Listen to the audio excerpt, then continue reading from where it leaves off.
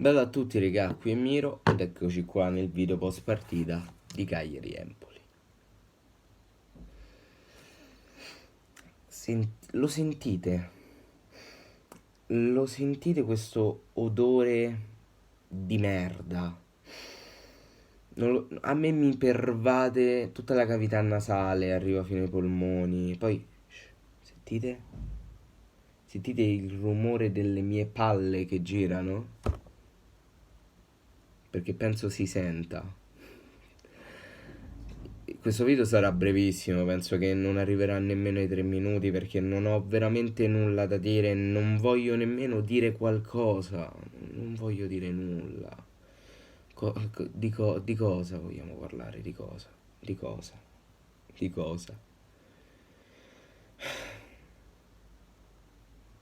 Cioè, io l'unica cosa che mi sento di dire è complimenti all'Empoli perché l'Empoli ha fatto l'unica cosa che doveva fare, ovvero giocarsi la partita, cosa che il Cagliari non ha minimamente fatto.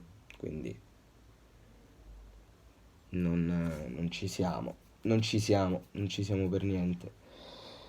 Io stavo morendo di sonno e era meglio se andavo a dormire, era meglio se usavo il mio tempo per riposarmi, per dormire piuttosto che guardare questo scempio, perché di scempio si tratta.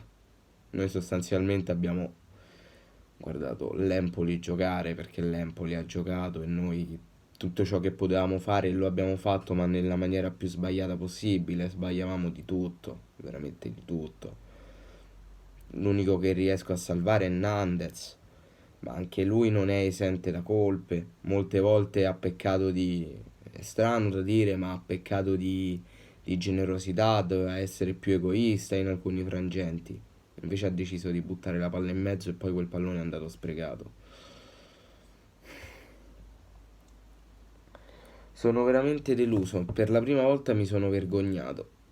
Per la prima volta mi sono vergognato. Che in realtà poi non è nemmeno la prima volta in cui mi vergogno a guardare partite simili, ma penso che sia fattuale.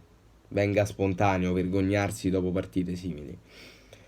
E vabbè, vorrà dire che andrò a letto con questo odore di sterco sotto le narici che mi accompagnerà durante la notte. Magari crollo dal sonno perché questo odore così penetrante mi distrugge tutti i sensi, tutti i ricettori dei nervi e collasso sul letto, che sarebbe stato molto utile anche durante la partita.